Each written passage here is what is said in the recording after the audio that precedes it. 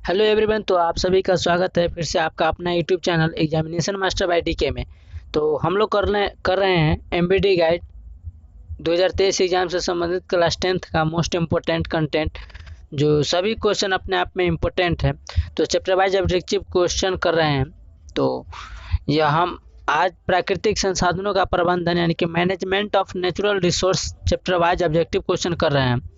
तो अगर पिछला वीडियो नहीं देखे हैं फिजिक्स केमिस्ट्री का तो आप लोग जाके देख लीजिएगा, और बुक का भी ऑब्जेक्टिव क्वेश्चन क्लियर है तो प्लेलिस्ट चेक करके आप लोग देख सकते हैं। अगर इस चैनल पर नए हैं तो चैनल को सब्सक्राइब करके नोटिफिकेशन कॉल कर लीजिए, क्योंकि एग्जाम से संबंधित सभी कंटेंट ऑल सब्जेक्ट का जो है सो आपको फ्री में प्रोवाइड कराया जाए और सही समय पर सही वीडियो आपको मिल जाए।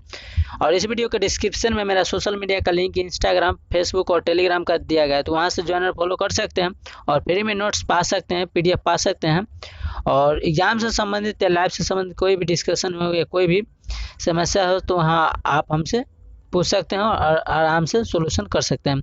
तो इस वीडियो को ज़्यादा से ज़्यादा शेयर कीजिए अपने दोस्तों के साथ, अपने दोस्तों को जोड़िए, क्योंकि अच्छा किया हुआ कर्म कभी ना कभी समस्या में वो काम आता है।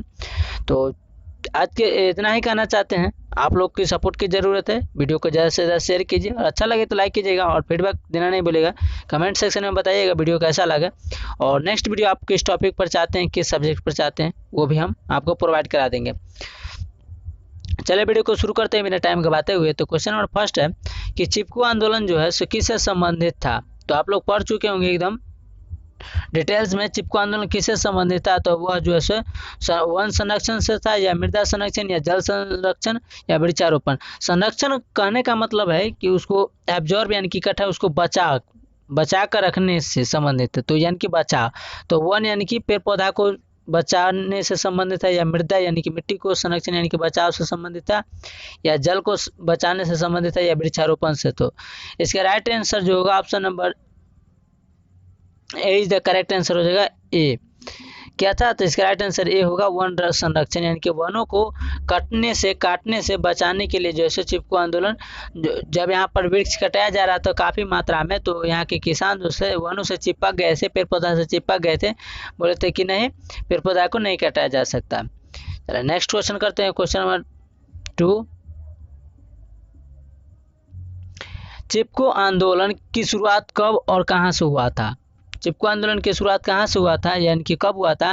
तो चिपको आंदोलन का जब शुरुआत हुआ था वो 1970 ईस्वी में हुआ था। कहाँ से हुआ था, तो चिपको आंदोलन की शुरुआत 1970 ईस्वी में हुआ था। ये डेट भी आप लोग याद रखेंगे। नेक्स्ट है,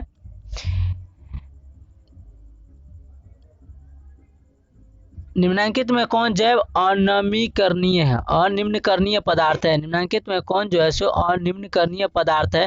डीडीटी, कागज, वाहित मल, या इनमें से कोई नहीं। तो इसका राइट आंसर जो होगा option number A is the correct है, डीडीटी। डीडीटी जिसके छिड़काव होता है वो जो है सो अनिम्नकरणीय पदार्थ है। नेक्स्ट है, निम्नलिखित में से कौन एक भूमिगत जल का उदाहरण है। भूमिगत यानी कि भूमि से अंदर जल जो रहता है वो। नदी, तो नदी तो रहता है ऊपर, भूमि के ऊपर। कुआं और तालाब भी ऊपर रहता है। समुद्र, तो इसका राइट आंसर होगा क्वेश्चन नंबर 4 का, तो option number B is the correct है। कुआं से जो जल निकाला जाता है यही भूमिगत होगा। नदी भी ऊपर रहता है, तालाब भी ऊपर रहता है और समुद्र भी ऊपर रहता है। तो कुआं सिर्फ है कि जिसका पानी जो है धरती के अंदर से निकाला जाता है। नेक्स्ट है, टिहरी बांध किस नदी पर है।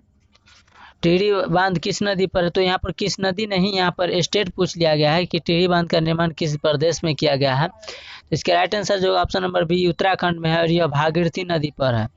कहाँ है, तो भागीरथी नदी पर, भागीरथी नदी पर बनाया गया है उत्तराखंड में। नेक्स्ट है, यूरो 2 का संबंध क्या है। यूरो 2 का संबंध क्या है, तो क्वेश्चन नंबर 6 का जो राइट आंसर होगा option number A is the correct है, वायु प्रदूषण से। यूरो 2 का संबंध जो है सो वायु प्रदूषण से है। यूरो यानी कि ऐसे भी याद रख सकते हैं, एयर।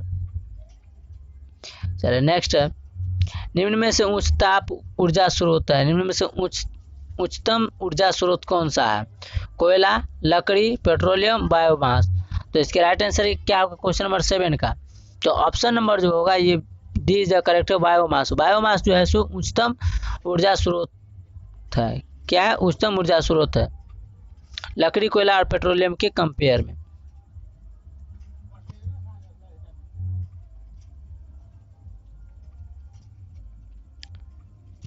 नेक्स्ट है सुरंगम किस राज्य की जल संग्रहण है? सुरंगम किस राज्य की जल संग्रहण, संग्रहण मतलब इकट्ठा या एब्जॉर्ब करना, तो सुरंगम जो है सो कि जमा करना, तो सुरंगम जो है सो एक जल संग्रहण है यानी कि जमा करने की व्यवस्था है, यह किस राज्य में है? तो क्वेश्चन नंबर 8 का जो राइट आंसर होगा option number C is the correct है, केरल में। सुरंगम किस राज्य की जल संग्रहण है? तो केरल में। नेक्स्ट है कि निम्न में से कौन सा स्वच्छ ऊर्जा स्रोत है?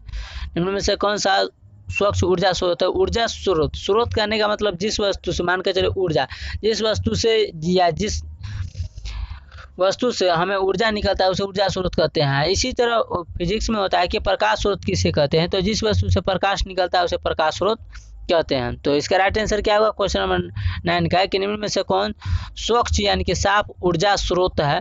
कोयला, लकड़ी, प्राकृतिक गैस या इनमें से सभी? तो क्वेश्चन नंबर 9 का जो राइट आंसर होगा option number C is the correct है, प्राकृतिक गैस यानी कि नेचुरल गैस जो है स्वच्छ ऊर्जा स्रोत है। नेक्स्ट है कि कौन सा परंपरागत ऊर्जा स्रोत है? निम्न में से कौन सा है जो परंपरागत ऊर्जा स्रोत यानी कि शुरुआती से चले आ रहा है? जैव मात्रा जिसको बायोमास कहते हैं, नाभिकीय ऊर्जा स्रोत या भूतापीय ऊर्जा स्रोत या इनमें से कोई नहीं? तो क्वेश्चन नंबर 10 का जो राइट आंसर होगा option number A is the correct है, जैव मात्रा बायोमास। जैव मात्रा बायोमास जो है सो परंपरागत ऊर्जा स्रोत है। नेक्स्ट है कि कौन प्राकृतिक संसाधन नहीं है? इनमें से कौन प्राकृतिक संसाधन नहीं है? वायु, जल, जीवधारी या मृदा? तो प्राकृतिक संसाधन दो प्रकार का होता है, एक मानव और एक प्राकृतिक। तो मानव द्वारा बनाया गया संसाधन मानव संसाधन कहलाता है, मानव निर्मित संसाधन, और जबकि प्राकृतिक द्वारा बना हुआ संसाधन प्राकृतिक संसाधन कहलाता है। तो क्वेश्चन नंबर 11 का राइट आंसर जो होगा option number C is the correct है, जीवधारी। जीवधारी यानी कि जीवों द्वारा बनाया गया संसाधन जिसे मानव संसाधन कहते हैं। तो प्राकृतिक संसाधन है वायु यानी कि खुद से तैयार हुआ है नेचुरली, और एक मृदा यानी मिट्टी। नेक्स्ट है कि पुनः चक्रण द्वारा किस वस्तु को पुनः उपयोग किया जा सकता है? कागज का या कोयला का, पेट्रोलियम या वन का? तो क्वेश्चन नंबर 12 का जो राइट आंसर होगा option number is the correct है, कागज का। कागज का जो है सो पुनः चक्रण द्वारा किसी वस्तु को पुनः उपयोग किया जाता है तो वह कागज है। नेक्स्ट है कि वायु प्रदूषण के मानक कौन है? वायु प्रदूषण के मानक कौन है? यूरो 1, यूरो 2, यूरो 3 ये सब है। तो वायु प्रदूषण के मानक जो है इसका right answer option number D is the correct है, ये सभी है। यूरो 1, यूरो 2, यूरो 3 ये सभी के सभी क्या है? तो वायु प्रदूषण के मानक है यानी कि वायु पोल्यूशन, एयर पोल्यूशन। नेक्स्ट है चिपको आंदोलन की शुरुआत कहाँ से हुआ था? तो चिपको आंदोलन की शुरुआत कहाँ से हुआ था? इसके गाँव यहाँ दे दिया गया है। तो क्वेश्चन नंबर 14 का जो राइट आंसर होगा option number is the correct, Garhwal के रेनी नामक गांव से हुआ था। कहाँ से हुआ था? गढ़वाल के रेनी नामक गांव से हुआ था। और कब हुआ था? तो 1970 ईस्वी में हुआ था। यह वृक्ष को बचाने के लिए हुआ था, वनों को कटाई से रोकने के लिए किया गया था चिपको आंदोलन, गढ़वाल के रेनी नामक गाँव से। नेक्स्ट है कि निम्नलिखित में से विषैली गैस कौन सा है? नाइट्रोजन ऑक्साइड या सल्फर डाइऑक्साइड या कार्बन मोनोऑक्साइड या ये सभी? तो इनमें से राइट आंसर क्या होगा क्वेश्चन नंबर 15 का? तो option number D is the correct है, ये सभी है।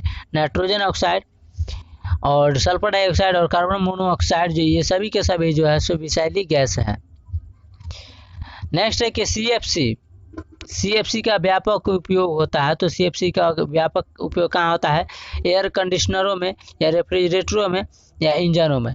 तो क्वेश्चन नंबर 16 का जो राइट आंसर होगा option number D is the correct है, इन सभी में जो है सो सीएफसी का व्यापक उपयोग होता है। एयर कंडीशनरों में, रेफ्रिजरेटरों में, इंजनों में, इन सभी में। तो सीएफसी का अगर पूर्ण नाम पूछ लिया जाता है, काफ़ी बार एग्जाम में पूछा गया है, तो सीएफसी का जो पूरा नाम होता है क्लोरोफ्लोरोकार्बन होता है। क्या होता है?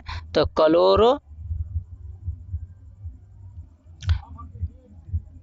फ्लोरोकार्बन होता है, क्लोरो और कार्बन होता है। क्लोरोफ्लोरोकार्बन होता है जो हमारे ओजोन लेयर में जो पाया जाता है, जिसको सूर्य का जो पराबैंगनी किरण है उसको पृथ्वी पर आने से रोकता है। नेक्स्ट है हमारे द्वारा उत्पादित यानी कि हम लोग के द्वारा उत्पादित यानी कि प्रोडक्शन अजैव निम्नीकरणीय कचरे से कौन सी समस्याएं उत्पन्न होता है? हम लोग जो उत्पादित करते हैं अजैव निम्नीकरणीय जिसका उपयोग नहीं करते हैं, उस कचरे से समस्याएं उत्पन्न होती है। क्या होता है? धरती बंजर होती है, फसल बर्बाद हो जाता है, पर्यावरण प्रदूषित होता है या ये सभी होता है। तो क्वेश्चन नंबर 17 का जो राइट आंसर होगा option number D is the correct होता है, ये सभी होता है। हमारे द्वारा उत्पादित अजैव निम्नीकरणीय जिसका हम उपयोग नहीं करते वैसे कचरा से जो है सो धरती बंजर धीरे धीरे होता जाएगा।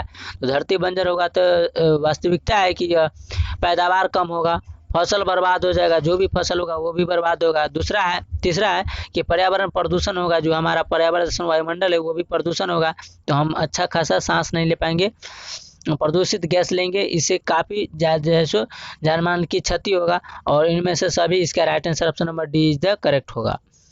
नेक्स्ट है, पृथ्वी पर ऊर्जा का एकमात्र स्रोत क्या है? धरती पर ऊर्जा का एकमात्र स्रोत कौन सा है? सूर्य, जल, अग्नि या ये सभी? तो क्वेश्चन नंबर 18 का जो राइट आंसर होगा option number A is the correct है, सूर्य। सूर्य जो है सो पृथ्वी पर एकमात्र ऊर्जा का स्रोत होता है। सो ऊर्जा का स्रोत क्वेश्चन आता है 2 नंबर का, तो ऊर्जा का स्रोत किसे कहते हैं? तो जिस वस्तु से हमें ऊर्जा मिलता है उसे ऊर्जा का स्रोत कहते हैं। इसी तरह फिजिक्स में भी हम पहले भी इसका डिस्कशन कर चुके हैं कि क्वेश्चन आता है फिजिक्स में कि प्रकाश का स्रोत किसे कहते हैं? तो जिस वस्तु से प्रकाश निकलता है उसे प्रकाश का स्रोत कहते हैं। जैसे कि बल्ब हो गया, लालटेन हो गया, दिया हो गया, तो जिस वस्तु से प्रकाश निकले उसे प्रकाश का स्रोत कहते हैं। और ऊर्जा का स्रोत जिस वस्तु से हमें ऊर्जा की प्राप्ति होती है, ऊर्जा मिलता है, उसे ऊर्जा का स्रोत कहते हैं। जैसे कि सूर्य से हमें ऊर्जा मिलता है, एनर्जी मिलता है। चलिए नेक्स्ट क्वेश्चन करते हैं। क्वेश्चन नंबर 19 है। क्वेश्चन नंबर 19 है कि धरती का कितना प्रतिशत भाग पानी है? यानी कि धरती पर कितना प्रतिशत पानी है, यानी परसेंटेज में पूछा जाए तो कितना प्रतिशत पानी है? तो question number C is the right answer, 75% पर जो है सो पानी है। जबकि यहाँ पर देखा जाए तो 25% बाकी बच जाता है, जिस पर जो है सो मानव जीवन व्यतीत करता है। तो मानव जीवन व्यतीत के लिए इनके स्थलीय मार्ग जो है सो 25%, इसी पर पूरा दुनिया है। और 75% पर जो है सो सागरीय यानी कि पानी ही पानी है। फिर भी पानी के लिए कंपाई होता है। सो आप लोग सोच सकते हैं कि कितना पानी की महामारी है। क्वेश्चन नंबर 20 है कि मृदा की संरचना का मुख्य कारक क्या है? मृदा की संरचना का मुख्य कारक क्या है? सड़े वस्तु या छोटे छोटे पत्थरों के कण या वर्षा या ह्यूमस? तो क्वेश्चन नंबर 20 का राइट आंसर, ह्यूमस मतलब होता है गर्मी। तो क्वेश्चन नंबर 20 का राइट आंसर क्या होगा? तो ऑप्शन नंबर डी ह्यूमस है। तो मृदा की संरचना का मुख्य कारक जो है सो ह्यूमस यानी कि गर्मी है। वायुमंडल का कितना प्रतिशत भाग नाइट्रोजन गैस है? तो वायुमंडल में कितना प्रतिशत भाग जो है सो नाइट्रोजन का है? तो option number A is the correct है, 78% जो है वायुमंडल में नाइट्रोजन है। तो नाइट्रोजन जो है सो हमारा कितना है? तो 78% है। कितना? 78। 21% जो है सो हमारा ऑक्सीजन है। और अन्य गैस जो है सो वो कितना बच जाता है? तो 0.03% है। 78 21 कितना हो गया? तो 78 अब 70 और 2 हो गया है, यानी कि 90 और 99 यानी कि 0 पॉइंट, यानी कि कुछ मान के चलिए 1% जो है सो अन्य गैस है। तो हम लोग नाइट्रोजन लेते हैं 78%, तो हमारा शरीर में नाइट्रोजन की कोई आवश्यकता नहीं होता है, तो 78 के 78 ही छोड़ देते हैं। जबकि 21% ऑक्सीजन लेते हैं, तो 17% हम रिटर्न कर देते हैं, 4% हम शरीर में रख लेते हैं। और 0.03% जो है सो कार्बन डाइऑक्साइड लेते हैं, जबकि 4.8% से लेकर 8.4% तक हम कार्बन डाइऑक्साइड को वापस कर यानी कि छोड़ देते हैं। तो इसका right answer option number A है। नेक्स्ट है कि निम्नलिखित में कौन प्राकृतिक संसाधन नहीं है? प्राकृतिक संसाधन और एक मानव निर्मित संसाधन होता है। तो मानव द्वारा बनाया गया संसाधन उसी को कहते हैं जिसकी जरूरत पड़ता है मानव को, आवश्यकता अनुसार मिलने वाली सुविधाओं को हम संसाधन कहते हैं।